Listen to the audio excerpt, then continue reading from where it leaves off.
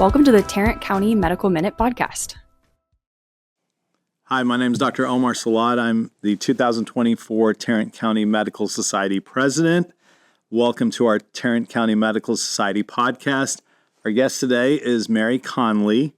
She is a second-year medical student from the TCU Burnett School of Medicine. Mary, thank you for joining us. Yeah, it's exciting to be here. Yeah, we've been talking about getting you on here when we dreamt about, rolling out these podcasts. So I think today what we want to talk about is the life of a medical student. I've been there, but it was years ago in the old days. But so first of all, tell us, where are you from? How'd you end up at TCU in Fort Worth? Yeah, so this will be kind of a big sort of a roundabout story. So I'm from Jefferson City, Missouri, so pretty small town. It's the capital of Missouri, but it's around 40,000. So it's kind of funny. On your first podcast, you were talking about how your parents were physicians, how it was kind of in your blood. My parents are also physicians, but because of that, I was not going to do medicine. That was not going to be the path for me. I think this was very much, oldest child, wanted to do my own thing. So they weren't on you like, hey, you need to go into medicine. No. Okay. And this is kind of interesting too. They actually, when later on I decided that I was kind of thinking about medicine, they were a bit apprehensive. Not because they didn't love their career, but because, with the way that things were changing, with electronic medical records, the new role of health insurance companies, they were worried that medicine was going to change. So they didn't necessarily recommend that path to me, I will say.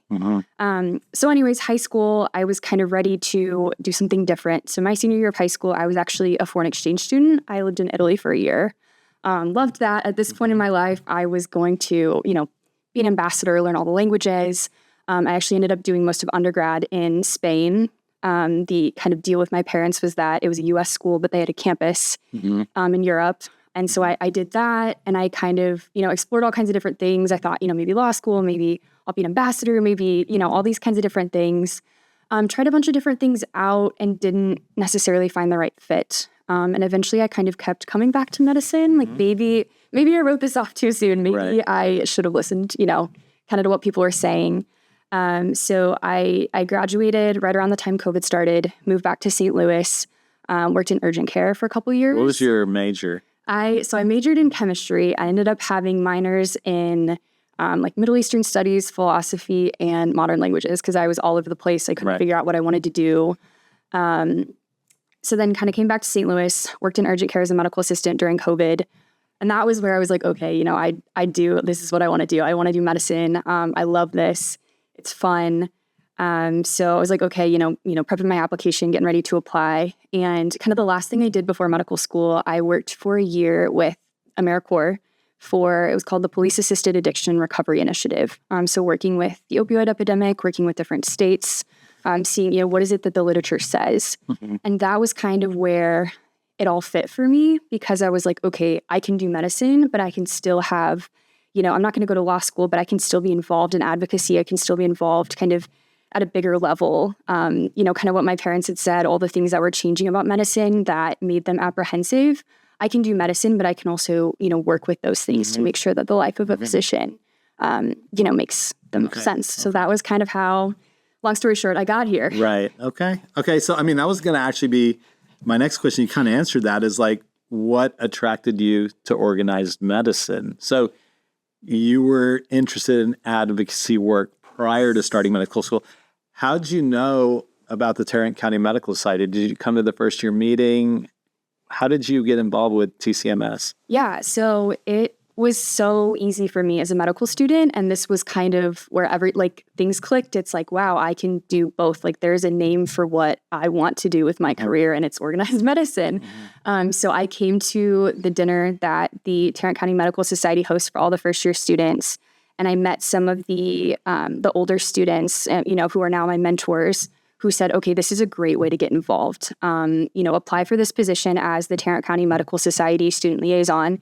You go to the meetings, you let them know what TCU's been doing, but then you also get to meet all of these people, hear what's going on in Fort Worth and the community.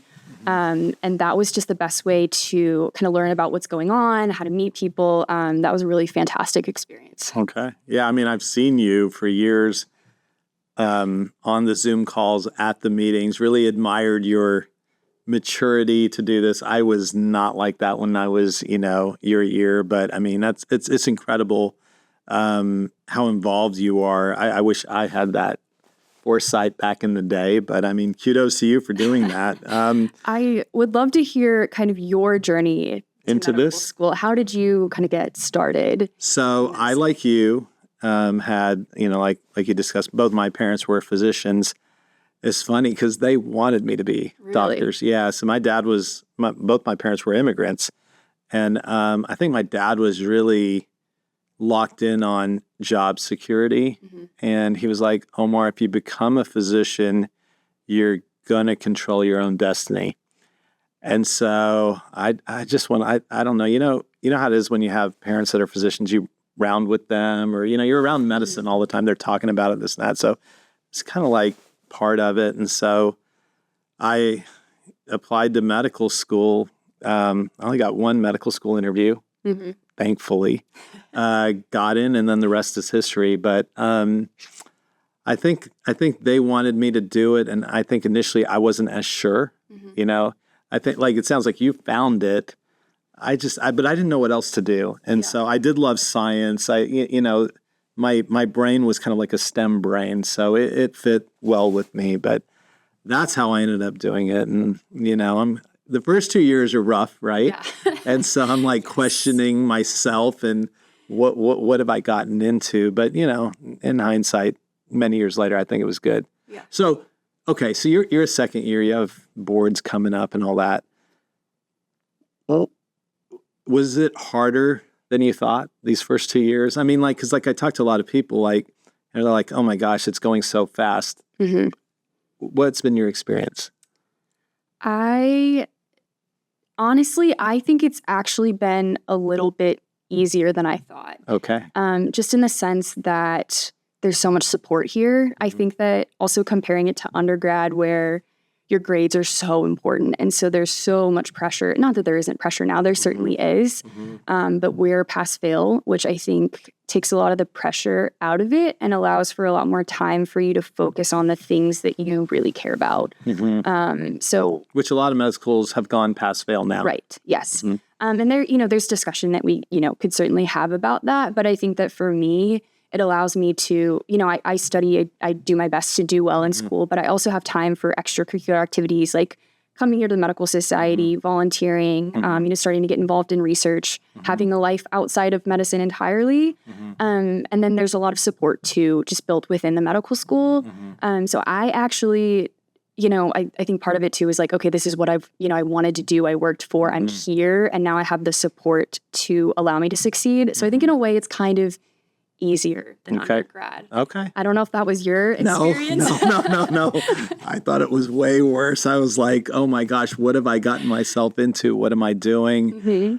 But once you take your first test and you do okay with it, then you're like, okay, I can hang. Yes. There's that nervousness. Like, yes. Am I able to hang? Because you're around a lot of talent. There's just too many talented people. Right, like when you're an undergrad, there's kind of like a weed out system, sure, right, to who's going to make it this far. And then when you get there, it's like, oh my gosh, everybody around me, can I hang with these people? So my first test, I mean, I found it challenging, but doable. Yeah. Okay, so even though it's been a good journey for you so far, there's no doubt you have low points and you have high points. So what was your low point? So I am currently in my dedicated period for step 1. So we have like 6 weeks to study for this first set of boards exams, which is pass fail, but obviously super high stakes. So much information. So I think having to study 10 hours a day for one exam is exhausting. I think that that's definitely been really hard. Trying to remember to, do things like exercise, see your friends when you do have breaks. That's definitely been, I think, the biggest challenge for me is trying to get through this period. And, the school is hard. It's absolutely, there's more information than you could ever possibly know. Yes. But I think also just like the mental kind of stamina of like, this is hard, but I can do it. This is hard, but I can get through it. I think that's been kind of a low point for me. But we're chugging through. We're getting along. Yeah, you'll get through it. I know you're going to get through. Yeah. All right. So what about in your first 2 years? Have you had a moment of like, just a sense of like accomplishment, a lot of like pride, like, oh, wow, I can do this. I mean, have you had that moment? For me, I think it was taking my first test, making sure I could pass. Like, I was like, okay, I can hang. Yeah. What was your moment of, have you had one yet? Yeah, I think lots of kind of little moments here and there. One of them that comes to mind, we get to do one afternoon every 2 weeks with a preceptor in a clinic. Okay. So I think it was, probably 6-8 months in with my preceptor, I went in to see a patient and I listened to their heart. I was like, I think that's a third heart sound. I think that's an S3. So I come out and I give my little presentation to my preceptor and I was like, and I think she has an S3. I'm not sure, but and he's like, all right, like I'll check. So we go in there, we see the patient. I'm like shaking because I'm a first year medical student. Like, what do I really know about cardiology? And so he comes out, we come out of the room together and he's like, yeah, I'll give it to you. Wow. So then, this is immediately followed up by, we go into the next room. I see this patient.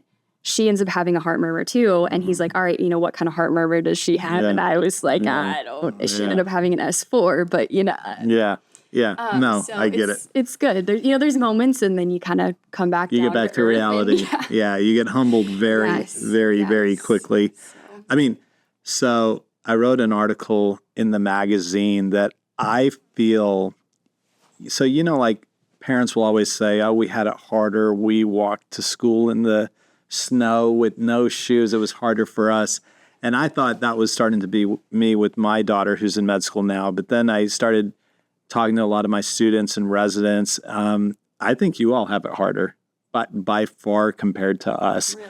Because you all have too many resources to study. So although it's pass-fail, which takes stress off you, how do you then differentiate yourself as a young medical student so that when you do apply to residencies, so like I look at applications for interns, and when it's pass-fail, I can't see who's better than who, right? Like, unfortunately, testing is a bit of a metric to sort people out. But then that does put an onus on you all to do all this extracurricular stuff as well to build your CV resume, which you do a fantastic job. You're able to handle yourself, incredibly. But I think that, there's so many resources, there's costs to it. Does that ever get to you? Like, oh my gosh, what do I study? Am I studying the right thing? I mean, right. It's like overload is what I'm hearing from you all. There's a lot, so many resources, so overwhelming. And that, again, is a double-edged sword, right? Because for, those of us that don't learn best reading out of a book, there's videos or there's, audio books. Correct. So there's all kinds of resources. And it's just about, I think you have to be very aware of yourself and you have to kind of identify, okay, how do I learn best? What works for me? And you do have to trial out all these things, right? So, I tried one resource and I was like, I don't like this. And then moving on from that, I think it's hard too because, sometimes, I'll talk with friends and something different works for them that doesn't work for me. And that's okay. So just knowing that that's okay, trying not to get overwhelmed. I will say in terms of my generation, I think that there's a lot more emphasis on kind of well-being though in medical school. Yes. And I think that is a very good thing. I hope that that's a good thing. I hope that, that's something that there's a lot more support surrounding medical school. There's a lot more kind of emphasis on, the bigger picture. You don't have to just be a physician. So I hope in that way, it is a little bit easier for us than it was for you. Yeah. Well, there was no such thing as a wellness day. Right. There were no work restriction hours that I was aware of. I remember driving home, you're post-call, you can barely keep your eyes open. You're driving down the highway, the sun's in your eyes. You're like, oh my gosh, am I going to even make it? Like, I can barely see. So I think those rules were long overdue. I mean, why do you have to work that much, that long? It was just torture at times. But, so we might have had it harder on that sense. But I do think your generation does have have it hard. You have a lot more distractions. I can't imagine what studying with a cell phone would be like, like Yes. I didn't have a cell phone when I was in the library. Nobody could get a hold of me. Yeah. And so I was in my zone, in my island. Y'all deal with a lot more things. So I think it is harder for your generation in a way. And I think sometimes our generation does not appreciate that. It's always normal, older generation, we had it harder, but I think you guys have it harder. So, okay. So you've been through a year, you're in your second year. What advice for first year medical students watching this, what advice would you give? What would you might maybe do differently? Is there anything you would do differently if you're just starting? Because it's, the beginning of September here, and we've got a bunch of people that just started med school. Mm-hmm. What advice do you have for them? It's funny that you bring up your first test because I remember, talking to all the upper years about my first test. And they were like, oh, you'll be fine, study hard, but you'll be fine. Nobody fails the first test. Mm-hmm. And instead of kind of taking that as reassurance, I was like, great, I'm going to be the first person in the history of TCU Medical School to fail the first test. Mm-hmm.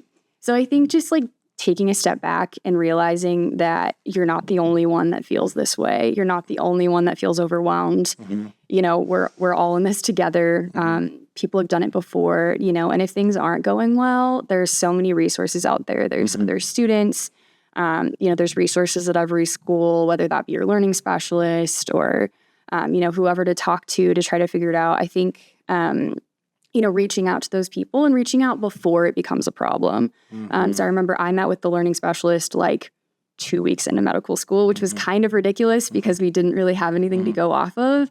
But I wanted to be sure that I had, set in place someone to help me out when I needed it. I think in terms of things that I would do differently, just being very intentional with your time, whether that be studying or extracurriculars. I know, especially at the very beginning, I was studying all the time. I wasn't taking breaks. But then, if you're doing something all the time, how effective are you really being? So right, there's the people that are in the library till 2:00. Yeah. You're not studying till 2:00. No, you're just wasting time, missing out on valuable sleep. You think you're in front of your books, but you're not really present in front of them. So yeah, taking, okay, so I'm going to study for an hour and I'm going to do a good job for an hour. And then I'm going to watch TV or go to the gym or do something for an hour, I think is much more effective than spending 2 hours kind of half, doing flashcards, half. So being very intentional about what you're doing, but also being intentional about your breaks. Yeah. So your stress release, what is that? I think I have a really good social support, reach out to my family a lot. I don't have family here. My partner did move down here with me, so that's been great. Mm-hmm. I have 2 dogs. I adopted a dog in medical school. It's possible, you can do it.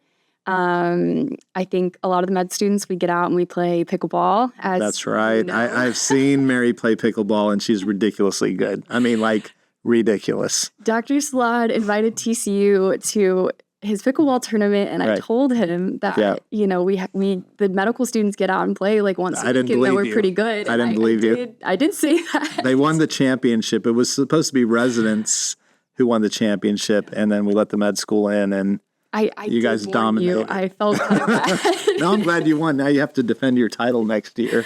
We will. We will. Yeah. So just getting out and doing things that aren't school related, I think, is a good outlet and kind of hypes me up to get back into. Right. I mean, I do think that's a good point because I do see this with students a lot because I'm around med students all the time that you have to take time to rest. For us in my day, we even if we had a test, go play basketball for an hour, get all that negative energy out of you, and just get it out of you and sweat it out and then go back to your books and you're just better for that. So, okay. So you're in you can have an interesting perspective on this that I'm not sure many of us can because you come to our Tarrant County Medical Society meetings. You see our generation of physicians and what we do and how they are involved with organized medicine. You're also much younger than us. And what do you think your generation is going to bring, to organized medicine? What do you see? I mean, do you see a difference in the generations, how they approach problems, how they, deal with issues or, Yeah. I think that my generation will continue. I hope that we will be more involved even in organized medicine, even more so than kind of your generation is, because I think that my generation, we aspire to be physicians, obviously, so excited to be here to be a physician in the future. But that doesn't define me. I think that, there's a lot of people like in my class even that already have families or that want families or that have hobbies that they're, interested in. And so I think that my generation will be involved in organized medicine more so because there's a lot more emphasis on doing things outside of medicine, if that makes any sense. I feel like politics is polarizing. We've got elections coming up, but I do see the younger generation very involved, with politics. Maybe not so much so as, me growing up at the time. But I do see, I don't know if it's from social media, everybody's, watching things and seeing things, but your generation does seem more involved in politics. So I would hope that's going to translate, for our profession and docs willing to fight for us and our patients and all that. So. And I think that's part of, too, kind of you bring up earlier, it's so different now. There's so many resources. And while you can, be overwhelmed, it's also so easy to access information. And so it's so much easier to get involved. You can find the medical society on Instagram. You can see what's going on. And I think that particularly in Tarrant County, it's so easy to get involved. Everyone's so welcoming. So, very welcoming. I am, first of all, a medical student. I'm not a physician yet. And second of all, I'm not from Texas. And so I would come to the meetings because that's what I was supposed to do. But then there were all these opportunities and I was always like, am I good to do it? Because I'm an outsider and I'm a student. And I felt nothing but welcomed and, just absolutely appreciated. So I think that it's like, particularly here in Tarrant County, it's so easy to become involved at any level. It's so welcoming. There's no excuse. There's not. I agree with you. The medical side, no matter young student, resident, 10 years in practice, 20 years in practice, they want people involved. Brian, the EVP, is looking for people to get involved in, just showing up to events. You'll learn from your colleagues. Like, even when I started, I was a little bit intimidated, right? Like, oh my gosh, do I know enough? Do I fit here? They're very welcoming. And then you see the impact that they have, on our profession for our patients. And so we need all levels involved, y'all's levels above me, my levels, a little bit younger than me. So, but seeing you involved is amazing. Like I just cannot, compliment you enough for what you do. And I think all of us physicians that sit and see you in our monthly meetings are just very grateful for what you brought to the table. So I appreciate that. And again, I think we're just lucky to have a seat at the table. We're happy to be here. Yeah. Being at a new school, like we've been just welcomed into the community. Like we couldn't do without you. Yeah, no. You've got some good mentors in the medical society, and then you'll be mentoring others. And so it's just a pay it forward type thing. So, so you like Texas? You've been here now? Yeah, I love Texas. I'm having a great time, very different from Missouri in some ways, not in others. I'm happy, just happy to be here. You're from Missouri. You're a Chiefs fan? I am a Chiefs fan, or did you just become a Chiefs fan the last 3 years? I've been a Chiefs fan. Not a Cowboys fan? We can change that. We can change that. We can change that. Okay. Well, excellent. Well, I think our time is up, unfortunately. It doesn't feel like 20 plus minutes just went by like that. That was an easy conversation.